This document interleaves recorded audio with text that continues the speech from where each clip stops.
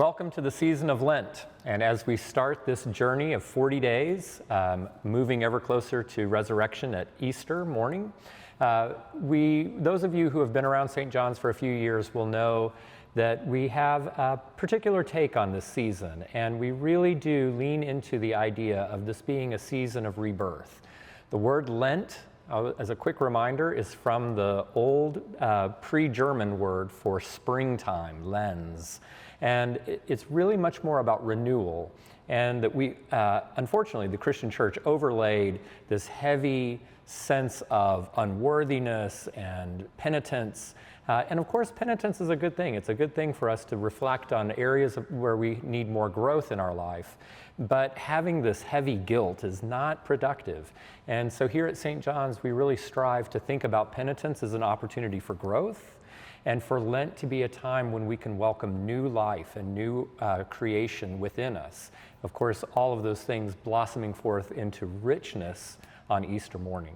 So the Lenten journey is really not one of beating yourself up or sorrowfulness.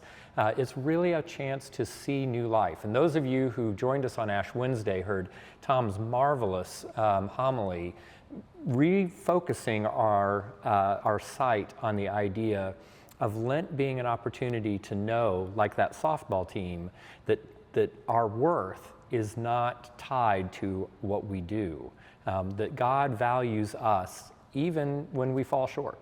And so that's very important as we go through this Lenten journey. And sometimes we can see some of the very beautiful poetry of Lenten hymns and collects and the readings, and we can see that through that lens of feeling guilty.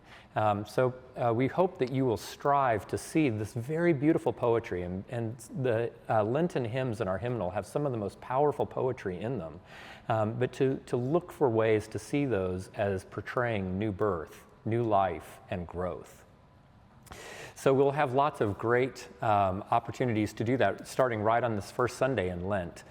And the hymns are very beautiful. Our psalms are beautiful. The anthems, both anthems, will pick up on the readings talking about following in God's path, following in God's the way that God would want us to live our lives and order our lives.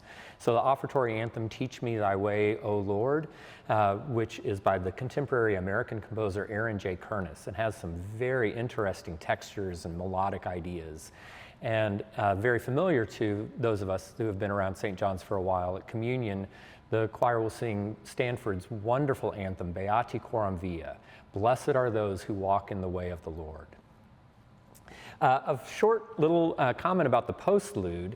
The postlude is by Johann Sebastian Bach, and it's a hymn that comes a generation after Martin Luther, and it reveals some of that pietistic theology that they had, which really is what formed the context for some of that overly accentuated heavy guilt that we have in a lot of our American tradition.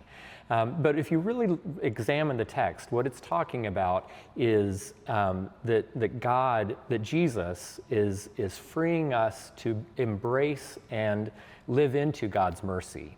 But he does it in some very imaginative and colorful ways. He takes each phrase of the first verse of that hymn and he paints these very vibrant pictures. So in the second phrase of the hymn, it talks, and you can't take this quite so literally, but it talks about the flames of hell leaping up, and you hear these leaping figures that are kind of suggesting that.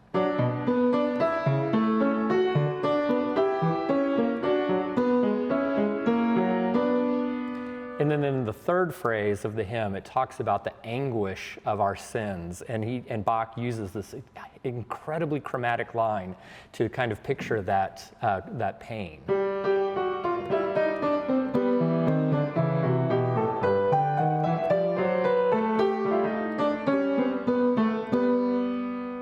But then, of course, it ends with God's mercy and that confidence that we have in God providing us mercy and grace.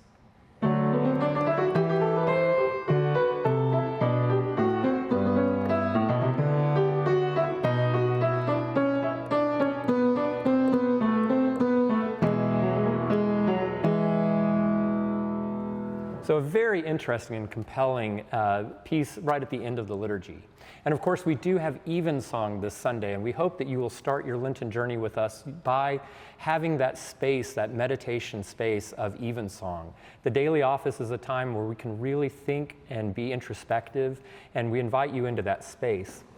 And we have a very contemplative evensong in store for you with beautiful unaccompanied choral music. The anthem is a very interesting piece by the contemporary composer Corinne Briggs, born in 1991, so very young composer.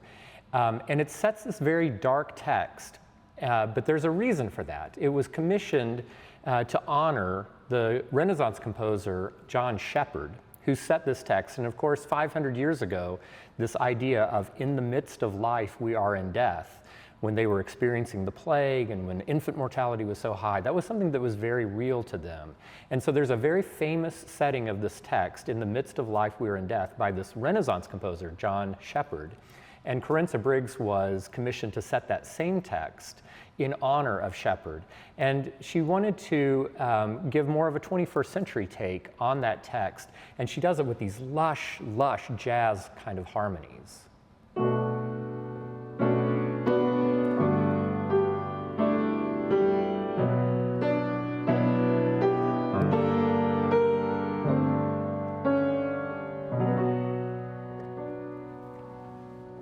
So we hope that you will carve out some time as you begin the season of Lent and join us both for worship in the morning as well as evensong in the afternoon. And we wish you all a very helpful and hopeful Lenten journey with us here at St. John's Cathedral.